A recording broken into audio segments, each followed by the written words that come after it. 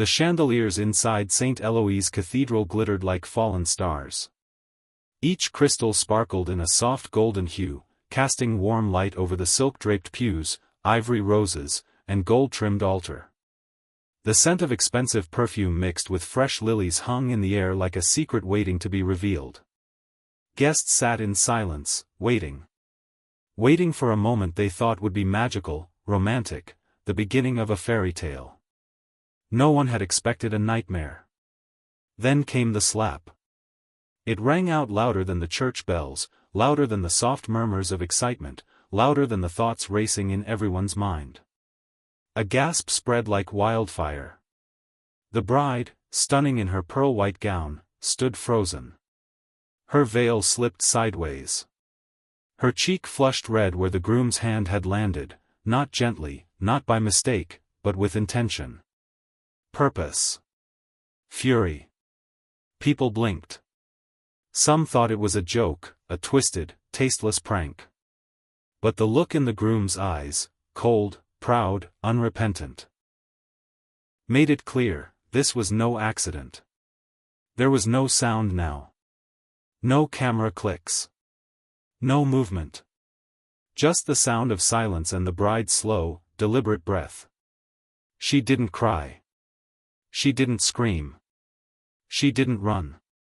She simply straightened up, brushed her veil off her shoulder, and looked her groom straight in the eye. Her eyes weren't soft anymore. They weren't innocent. They were calm, too calm. Then she did something no one in that church expected. She smiled. It wasn't a trembling smile, nor one hiding tears. It was the kind of smile you give when you've been waiting a very, very long time for something. The groom, Julian Cavendish, billionaire heir, media darling, master of appearances, narrowed his eyes. His jaw clenched. For once, he didn't seem to know what to say.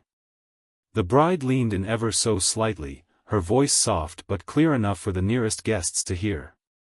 "You're too late." Gasps again. Murmurs.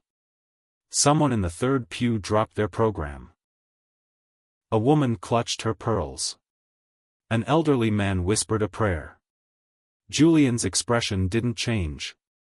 But the veins in his neck said otherwise. He was calculating, measuring every angle, every camera, every person in the room. Because he knew, just like she knew, that this wasn't just a wedding. This was a stage. And she had just flipped the script. Flashback, 48 hours earlier. 2 days before the wedding, Isla Marin sat alone in her hotel suite at the Regent, staring at the folder in front of her. Her fingers hesitated on the edge, knowing the moment she opened it, everything would change. The folder was plain, beige, and unmarked, except for one thing, a red wax seal in the shape of a lion. It had arrived at her door in silence. No knock. No courier. Just, there. Waiting. Inside it, she knew, were truths. Not rumors. Not tabloid lies. Not half-whispers exchanged behind manicured hands at charity galas. Real truths, the kind that ended people. The kind that would explain why her groom-to-be had a separate phone he kept locked in a safe, why he never mentioned his brother, why his personal assistant once looked at her like she was a walking funeral. She had ignored signs for weeks. Maybe months. Love, or what she thought was love, had made her blind. Until now. With trembling fingers, she broke the seal. Inside the folder. The first page was a photo. Grainy. Night vision. 2 people in a dark hallway. One of them was Julian. The other was a man Isla recognized from the news, a whistleblower who'd gone missing 6 months ago. Presumed dead. Found drowned in a river. Case closed. The timestamp said, 4 days before the body was discovered. Her stomach twisted. The next few pages were worse. Financial statements. Shell companies. Payments routed through non-profits. A list of names. At the bottom, a handwritten note. He didn't just buy a wedding, Isla. He bought silence. You were never meant to find this. Back to the present. The cathedral was still silent. Julian stepped forward, breaking the invisible line between them. Say that again, he whispered. I said, Isla replied, her voice louder now, you're too late. Her voice carried across the pews like a sermon. Strong. Clear. Final. Julian's mother, seated in the front row, looked visibly shaken. She had seen this family through countless scandals, and yet nothing had prepared her for this moment. The priest hesitated. Should we? No, Isla said firmly. We're not done. She turned to the guests, her voice steady. Thank you all for coming. I know you were expecting a love story. Pause. Deep breath.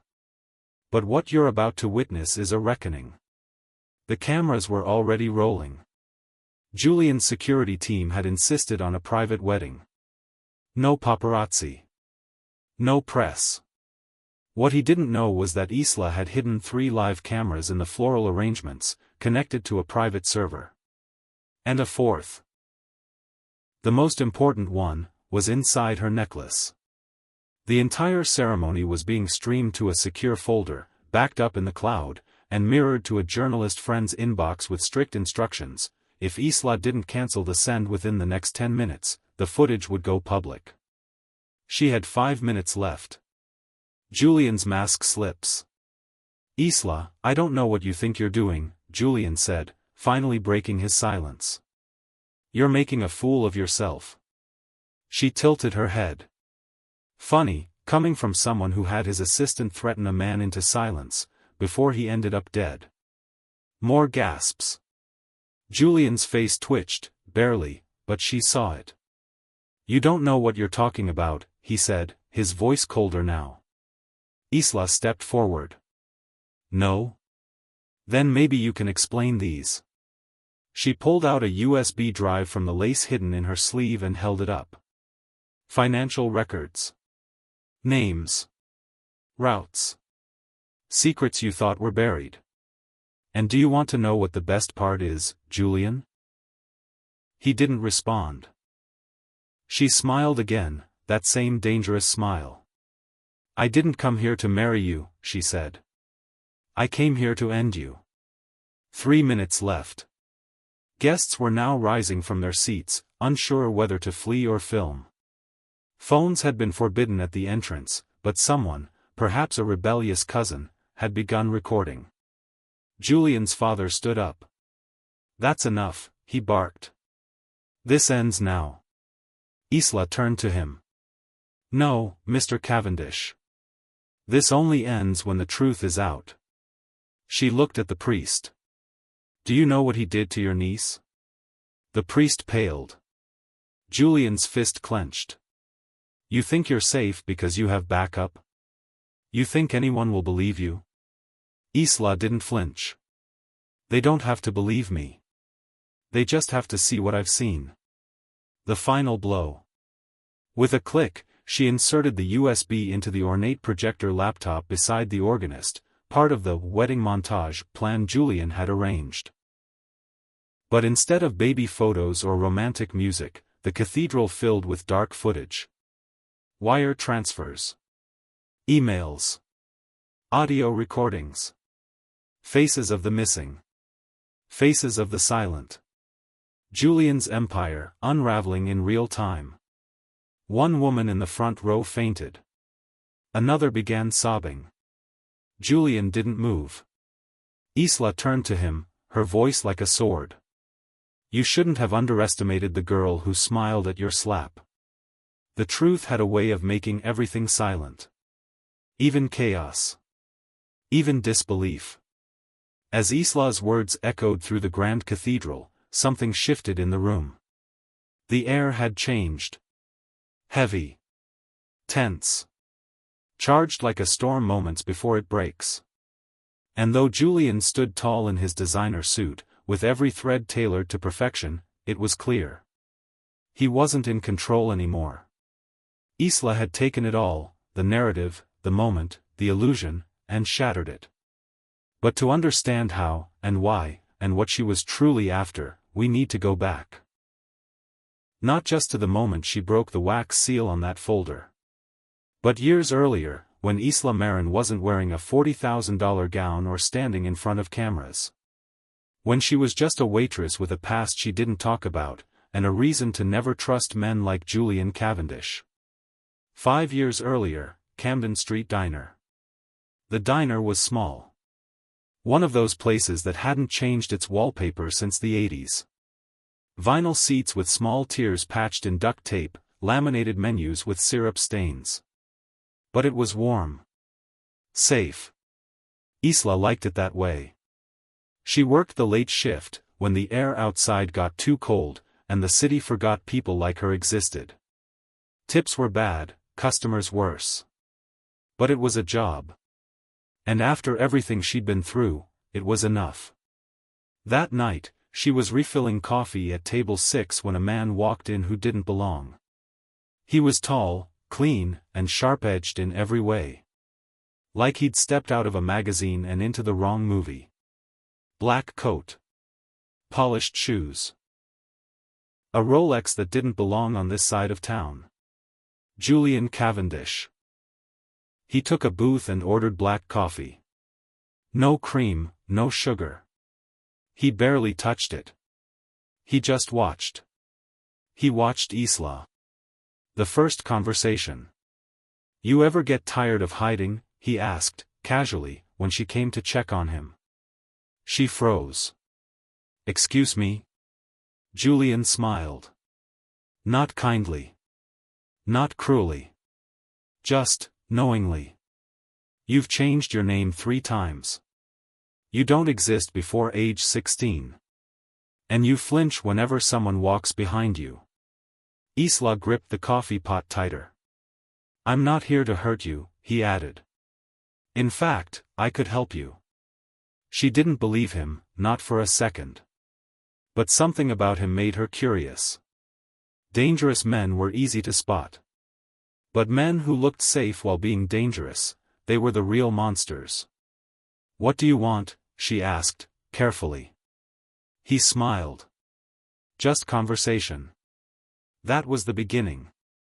Julian's game. Over the next few months, he came back. Always at night. Always alone. And Isla, despite her instincts, found herself drawn in. He asked questions no one else asked. He noticed things. When her hands were shaking. When she lied about her shift ending. When she was afraid to walk home and pretended she wasn't. He made her feel seen. Then came the offers. First, a job. A better one. Administrative, he said. Private client. She refused. Then he offered again. This time with more zeros. She refused again. On the third offer, he didn't ask. He just left a note. "You're smarter than this life, Isla. And you know it." With it was a key.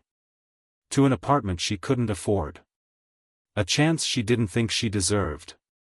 And a contract, vague, but legal. The transformation.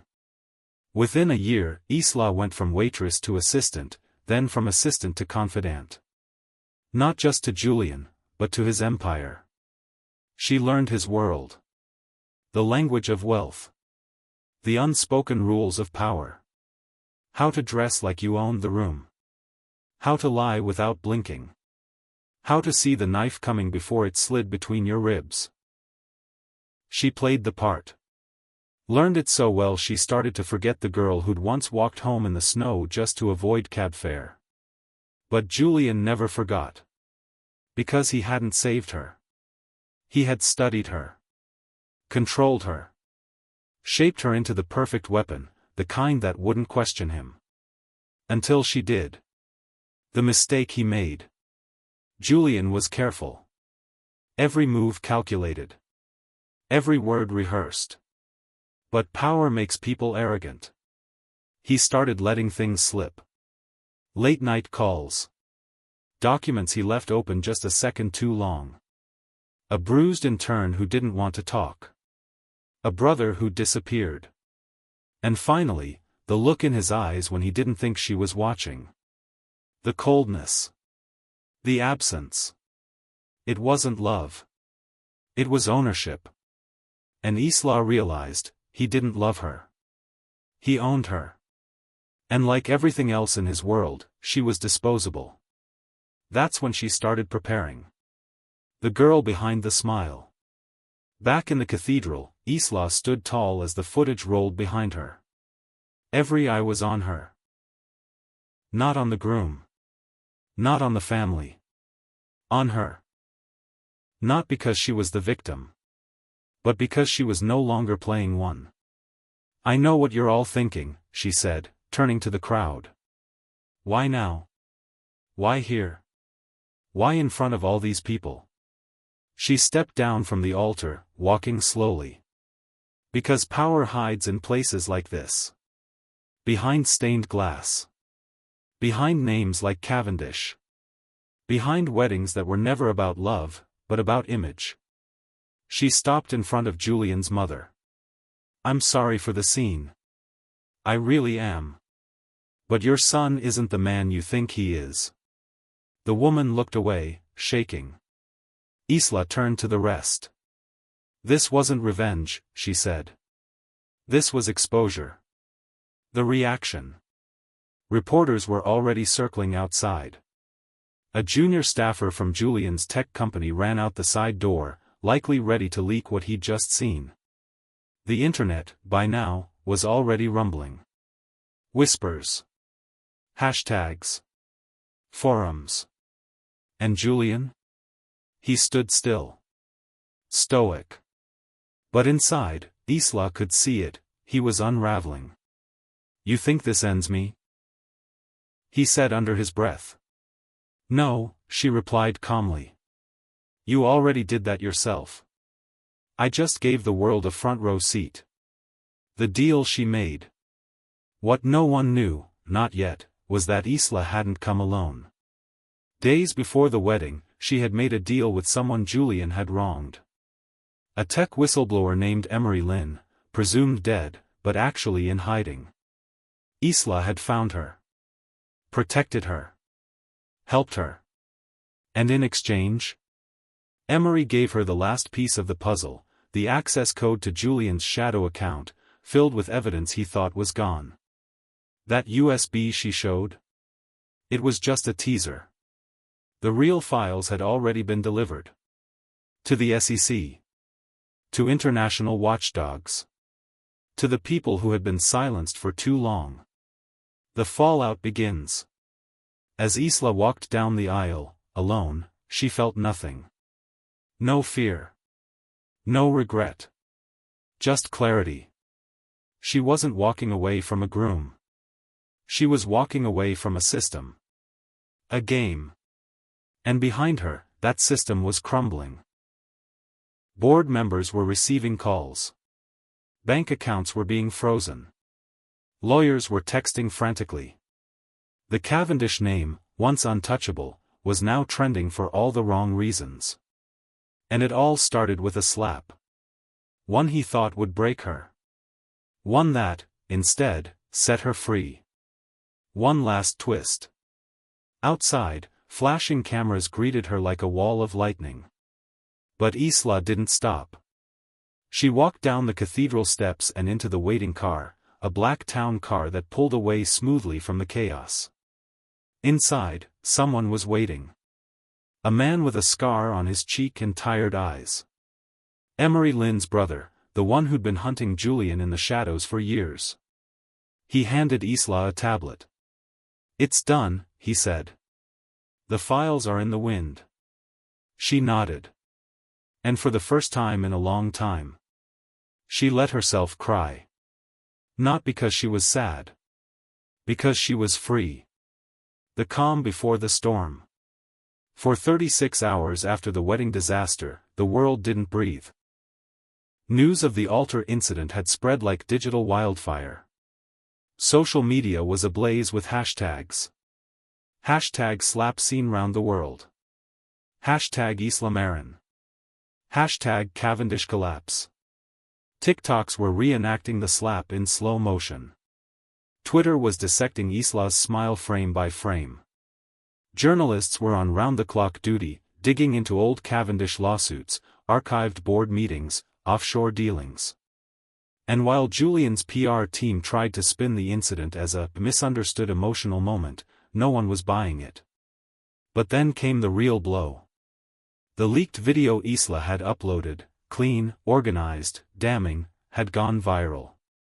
And unlike most scandals, this one had receipts. Audio. Screenshots. Transfer logs. Statements from people who had disappeared, or had been presumed dead. And Isla? She had disappeared. Julian Cavendish had one rule: stay in control. From the top floor of his penthouse at the Sterling Vertica, Julian watched the city below like a wounded king. His empire wasn't gone, not yet. But the ground beneath it was cracking. Lawyers had gone quiet. Business partners had gone radio silent. The board? Panicking. Julian's phone buzzed, again. "Julian, we've been served by the Securities and Exchange Commission." He didn't respond. He opened the liquor cabinet instead. The scotch had cost more than most people made in a year. He poured it. Didn't taste it. He didn't care. Because it wasn't the SEC that scared him. It was Isla. He had built her. No one else had noticed how smart she was. Not at first. They saw a pretty girl in a cheap uniform with soft eyes and quieter ambition. But Julian had seen past all that. He had taught her how to dress, walk, manipulate, read rooms, disarm power with silence. She had been his best creation. And now? She had used every weapon he gave her to destroy him. He should have seen it coming. But he didn't. Because he believed she loved him. Or feared him. Maybe both. He didn't expect her to outplay him. The counter-strike begins. Day 3. Julian finally emerged from silence. He called an emergency press conference, streamed live from the Cavendish Global Tower. Only loyal reporters were allowed inside. The setup was careful, soft lighting, warm tones, no harsh edges. His voice was calm, apologetic, masterfully rehearsed. "I take full responsibility for what occurred at my wedding. My emotions overcame me. That is not the man I strive to be." He paused. "But I also need to tell you who Isla Marin really is." That's when the screens behind him lit up. He hadn't just come to apologize. He'd come to destroy her reputation. The attack on Isla. Photos. Documents. A file labeled Isla Marin, alias profile. He revealed her past, or what he claimed was her past. A sealed juvenile record. Multiple identities. A connection to a cyber fraud ring that operated under the name Ghost Orchids. A mother in a psychiatric facility. A former boyfriend who had died under mysterious circumstances. Who is Isla Marin, really? Julian asked, voice heavy with false sadness. Is she a victim, or an infiltrator? He let the doubt hang in the air like smoke. It worked, partially. Some believed him. Especially the rich. Especially the powerful. But others? They saw right through it. Meanwhile, Isla is in hiding. In a rented cabin in the Austrian Alps, Isla was curled on a worn leather couch, wrapped in a thick cardigan, fire crackling. Her phone buzzed constantly. Messages from journalists. Activists. Even celebrities offering solidarity. But one message cut through it all. From Emery Lynn. Subject: he's coming for your identity. Be ready. Isla closed her eyes. She had been ready for this. She hadn't just leaked Julian's secrets. She had spent months preparing for what would come next, including the weapon Julian thought she'd never use. The truth about her own past. The girl before Isla. Her real name? Kasia Ward. Daughter of Elena Ward. A respected ethics professor who mysteriously vanished when Kasia was 12. Found months later in a psychiatric institution, catatonic, whispering about a private equity firm she tried to expose. That firm? Owned by a holding company under Cavendish Global. Kasia had spent years hiding. Foster homes. Legal name changes. A juvenile record for hacking, yes, but not for money. 4 answers. She had been digging since she was a teenager. Isla Marin wasn't just a disguise. She was a mission. Turning the tables again. Day 5. Julian's press conference had done its damage. But Isla didn't panic. She called someone she'd been waiting to call, a global journalist with a reputation for torching billionaires and warlords alike, Harper Rue. Harper met her on a snowy balcony in Zurich, holding a flask and wearing a trench coat like a sword. "You ready to go nuclear?" Harper asked. Isla didn't blink. "Drop everything. My file. My past. My name. But drop his with it. I want the world to see how I was made." The exposé. Within 48 hours, a video hit the internet. The girl behind the slap, the truth about Isla Marin, aka Kasia Ward. Millions watched. They saw photos of her as a child, smiling beside her mother. Then clips of protests. Articles about Elena's mental health decline. Her theories. Her warnings. They saw the timeline. The sealed documents. The connection to Julian's uncle, who sat on the board of the firm Elena had tried to expose. And finally, the truth. Kasia Ward had gone undercover for 5 years, lived as Isla Marin, and brought down a corrupt empire from the inside. Public opinion swings. The world flipped. Julian's counterattack backfired spectacularly. His attempts to smear her now looked like exactly what they were, a guilty man clawing to save face. Memes exploded. "You messed with the wrong waitress." Kasia Ward, the real Batman. 5 years, 1 slap, justice delivered. Donations flooded into whistleblower protection funds. Women across the globe rallied in Kasia's name. And Julian? The FBI came knocking. The arrest. It wasn't dramatic. Julian was too proud to run. He wore the same tailored coat he wore when he first met Isla, only this time, it was covered in falling ash from the media frenzy that never stopped. As they read him his rights, a reporter shouted. "Julian, any last words about Isla Marin?" He didn't answer. But his silence screamed louder than any words. The quiet aftermath. Weeks passed. Kasia stayed hidden for a while, not out of fear, but to process.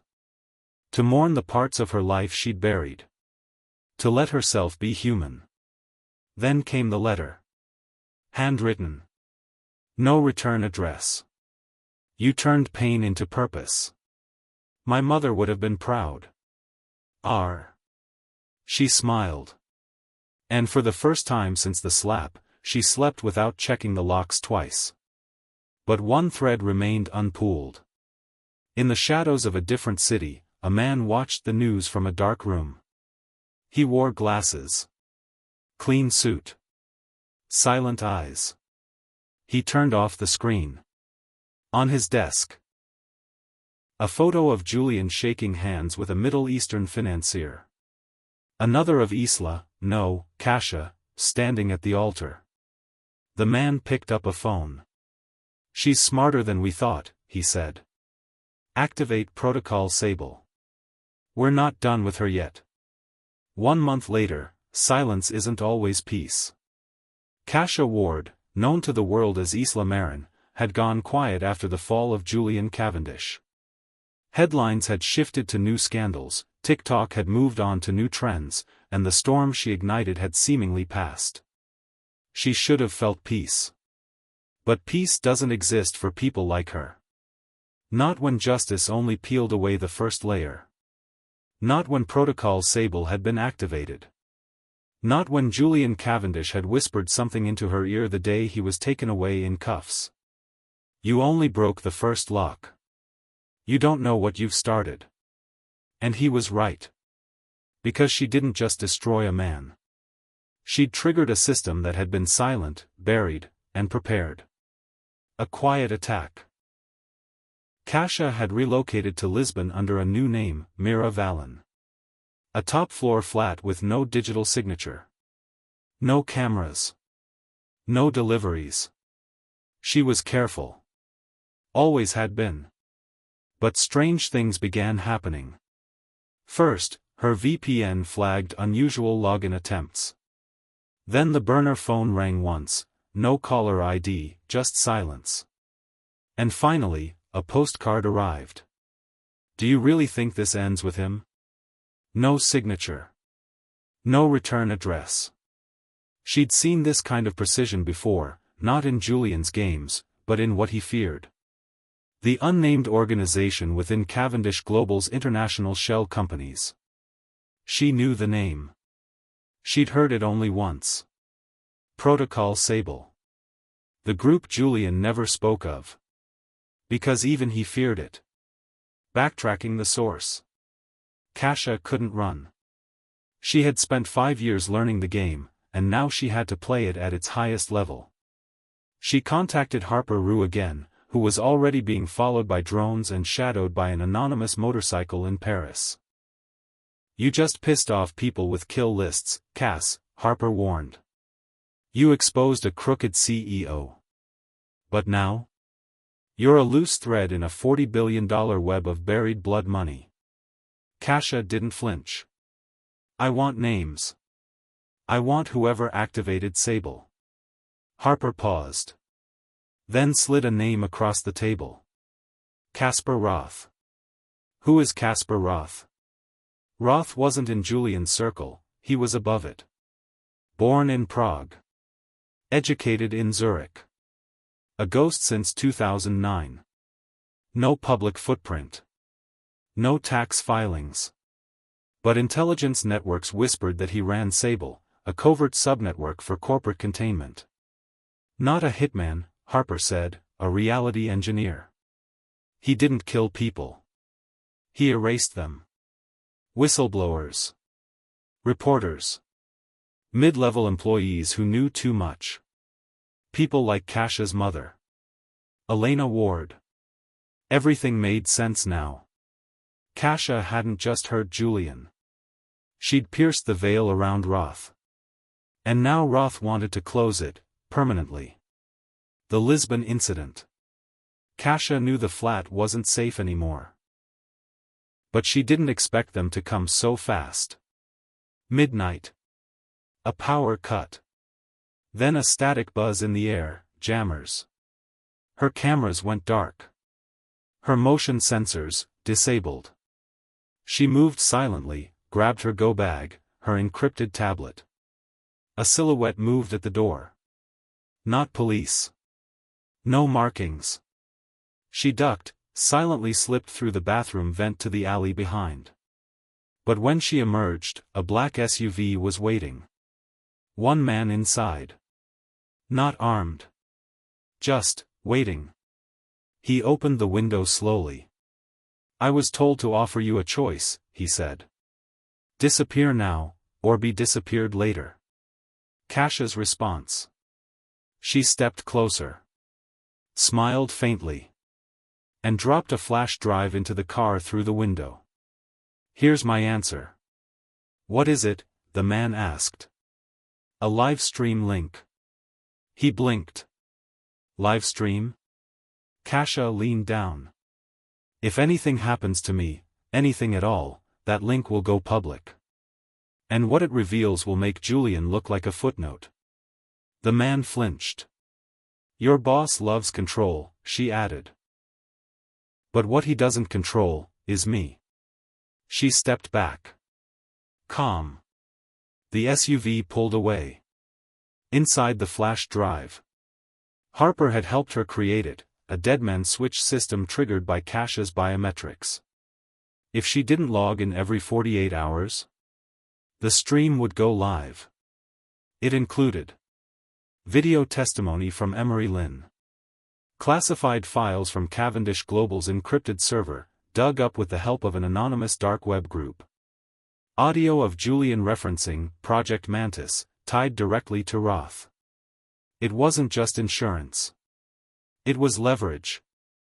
The interview offer. 3 days later, a new message appeared in her inbox.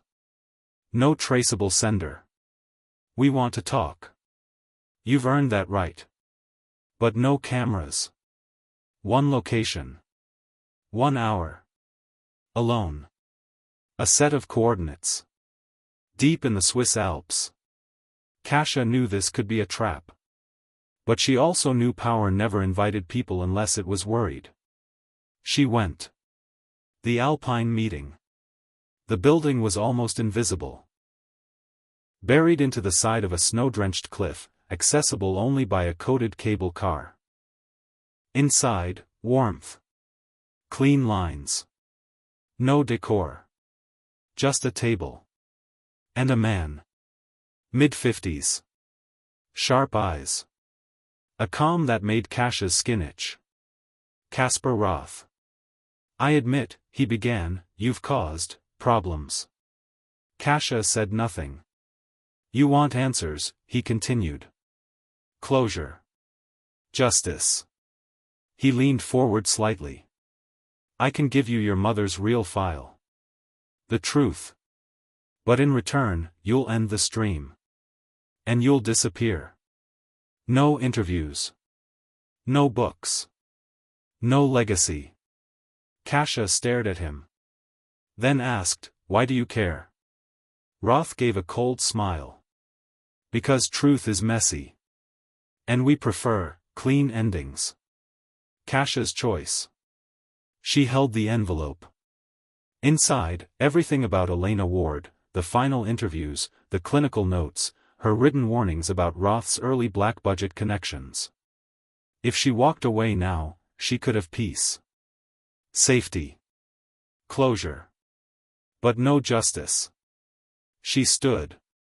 I don't want a clean ending, she said softly. I want the real one. Even if it's ugly. She left the envelope on the table. And walked out.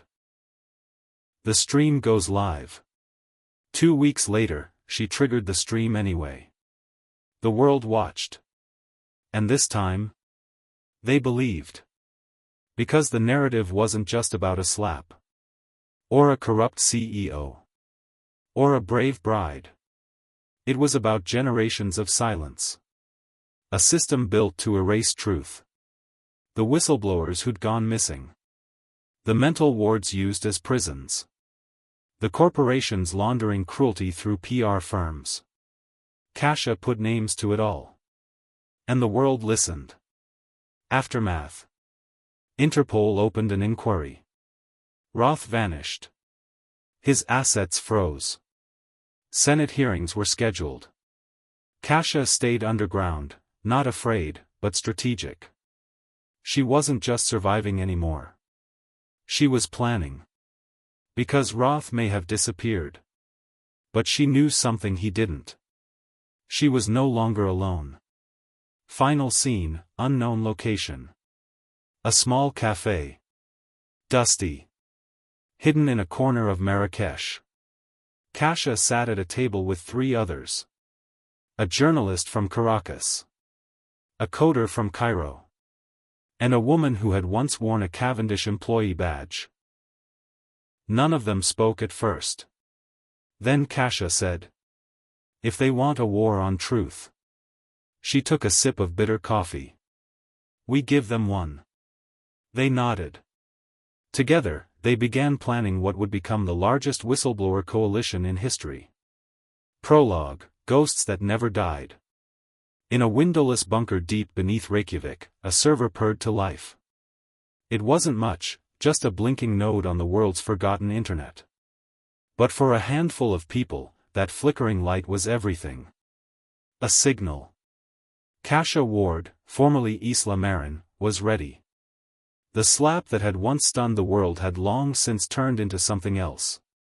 A symbol of exposure. A spark that had now grown into a revolution. And as Kasia sat before an encrypted terminal with names, dates, and coordinates scrolling down the screen, she whispered to herself. We're not just exposing them now. We're dismantling them. 1 month later, the architects. Kasia's small coalition had grown into an underground movement, the Architects of Truth. Members came from every continent, journalists, tech experts, former intelligence officers, and civilians who had nothing left to lose. They didn't just want to leak documents anymore. They wanted justice, at a structural level. One of them, Rami, a Syrian cryptographer once imprisoned for hacking military satellites, designed the codename structure.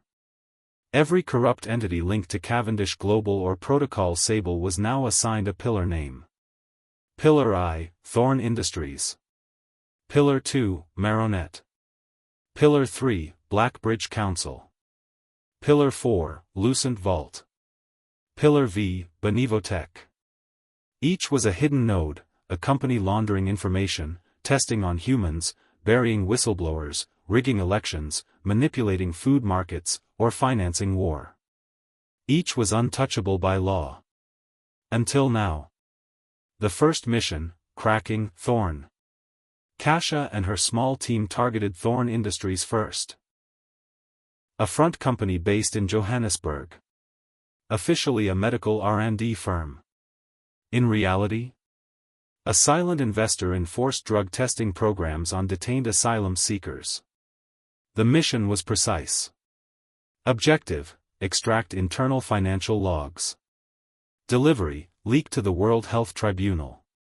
Signal, live stream confession from a former Thorn executive. They succeeded in less than 36 hours. The fallout was instant. CEO arrested at Cape Town International. 2 detention centers raided. Parliamentary hearings launched.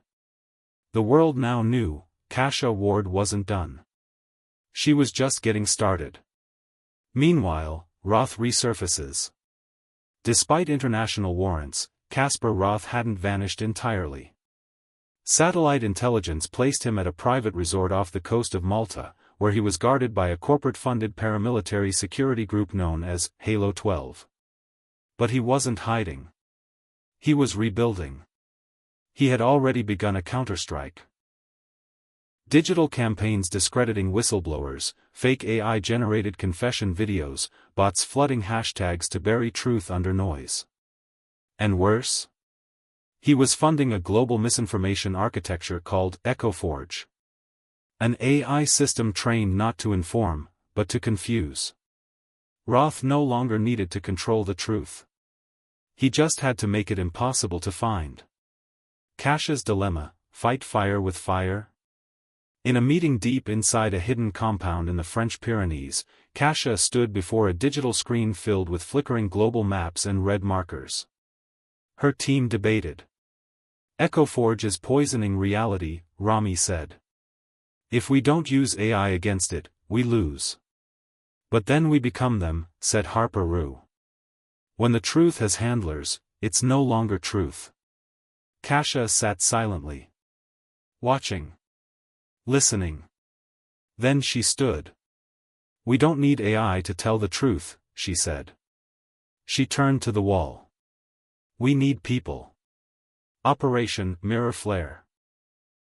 Kasia launched Mirror Flare, a human-led campaign of micro-confessions. Survivors. Scientists. Janitors. Whistleblowers. Drivers. Secretaries. Anyone who'd ever been silenced by Thorn, Maronet, or the others. Every hour, a new story dropped, short, raw, unfiltered, emotional. Voices shaking. Eyes red. Truth delivered without edits. One by one, these stories cut through Roth's noise. Because algorithms can't outmatch raw human pain. Backlash begins. On day 17 of the Mirror Flare campaign, Roth made his move. One architect team in Argentina was poisoned. An anonymous journalist in Jordan was doxxed and disappeared. Harper Rue's apartment in Berlin was set on fire. Kasia knew this phase was inevitable. They weren't poking the bear anymore. They were dragging it into the open. She gathered the team. Next pillar, she said. Lucent Vault. The Lucent Vault job. Lucent Vault operated in the shadows of Swiss finance. Kasia's intel showed they were hiding the black budget funds behind Roth's programs, including EchoForge and Sable. The mission. Infiltrate and expose. The team. Kasia, field lead. Rami, systems expert. Sophia, ex-banker, whistleblower. Yasmin, disguise and ID forger. Tice, getaway planner, ex-MI6. Posing as diplomats and auditors, the team infiltrated Lucent's secure vault floor in Zurich. What they found wasn't just a bank of money. It was a digital kill switch, an encrypted signal that could simultaneously lock down Mirror Flare, scrub Kasia's digital existence, re-trigger Protocol Sable worldwide. Kasia had minutes. She had one choice. Either extract the files, and trigger the kill switch. Or walk away and stay safe. She plugged in her drive. And smiled. Do it, she said. If we fall loud. She triggered the upload. And the world burned bright. What the upload contained. The files weren't just financial. They were names. Photos. Torture reports. Confession videos. Payout ledgers. Satellite logs. Surveillance on senators. A contract signed by Julian Cavendish and Caspar Roth with initials dated 7 years before the wedding incident. The world finally saw the scale. What Roth built was not one company or scandal. It was an empire of silencing. And Kasia had just opened its gates to the world. The world reacts. Governments couldn't ignore it now. The EU Commission launched a multi-state probe.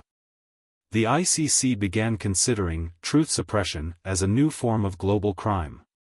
Protocol Sable was officially labeled an international digital terror cell. EchoForge servers were seized. Sable assets frozen. Arrest warrants for Roth reached 13 countries. Kasia became the first person nominated for a UN medal for civil information defense. The final play, confronting Roth. But Roth hadn't been caught. Not yet. And Kasia knew this couldn't end with files or medals. It had to end face to face. One last meeting. Through back channels and compromised aides, Roth reached out. He offered a deal. A meet. No weapons. No trackers. Just truth. Kasia agreed. Location, abandoned observatory in Finland. Time, sunset.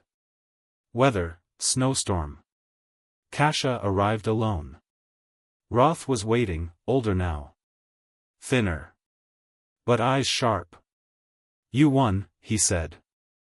No, she replied. The world did. He smiled faintly. You made a mistake, Kasia, he said. What's that? You became the story. They'll ruin you next. She stepped closer. They can try. And walked away. Epilogue, 1 year later. Kasia lives quietly now. Her face is still in magazines. Her name on protest signs. But she doesn't lead rallies or sign book deals. She just listens. Because now? Others are telling their truths. And Kasia? She's helping them find their voice. The world isn't perfect. But now it listens. And that, finally, is the ending she wanted. Or maybe just the beginning. Prologue, when the enemy wears a friend's face. Kasia had thought she understood betrayal. Julian Cavendish had been a villain hiding behind wealth and charm. Caspar Roth a ghost who moved in silence. But nothing prepared her for this. The enemy wasn't outside the architects. It was inside. The calm before the storm. It had been nearly a year since the massive leaks, since EchoForge was dismantled, Protocol Sable crippled, and Roth vanished into the shadows once again. The architects had swelled to over 2,000 active members, an unstoppable force spreading truth across the globe. And Kasia? She was tired. She worked from a secluded farmhouse in Normandy, surrounded by a trusted core team, Harper Rue, Rami, Sophia, Yasmin, and Tice. They'd all sacrificed so much. But the movement felt unstoppable. Or so she thought. The whisper. It began as a whisper. A message from an anonymous source inside the organization. Harper showed it to Kasia during a routine strategy meeting. Someone is leaking. Real-time intel is compromised. Watch your back. Kasia's stomach tightened. Leaking how? She asked. Harper shook her head. I don't know yet. But this is serious. Too many people on the inside have secrets. Kasia felt a cold rush. Inside the architects. The first signs. 2 days later, the first breach happened. A safe house in Istanbul was raided, no warning, no resistance. 2 key members vanished. All their devices wiped clean. No evidence. Kasia's gut screamed. Someone knew. Tracking the traitor. Kasia set the team to work. Rami and Yasmin started combing through digital footprints. Harper worked the human networks. Tice set up new security protocols. Within 72 hours, they found it. A backdoor into their encrypted comms. One user with elevated privileges was accessing files at odd hours. But when they tried to trace the IP? Nothing. No logs. No location. It was a ghost. The face in the mirror. Then came the most brutal truth. During a covert meeting, Harper quietly confessed. Kasia, it's me. Kasia stared, heart pounding. You're the leak. Harper's eyes glistened with tears.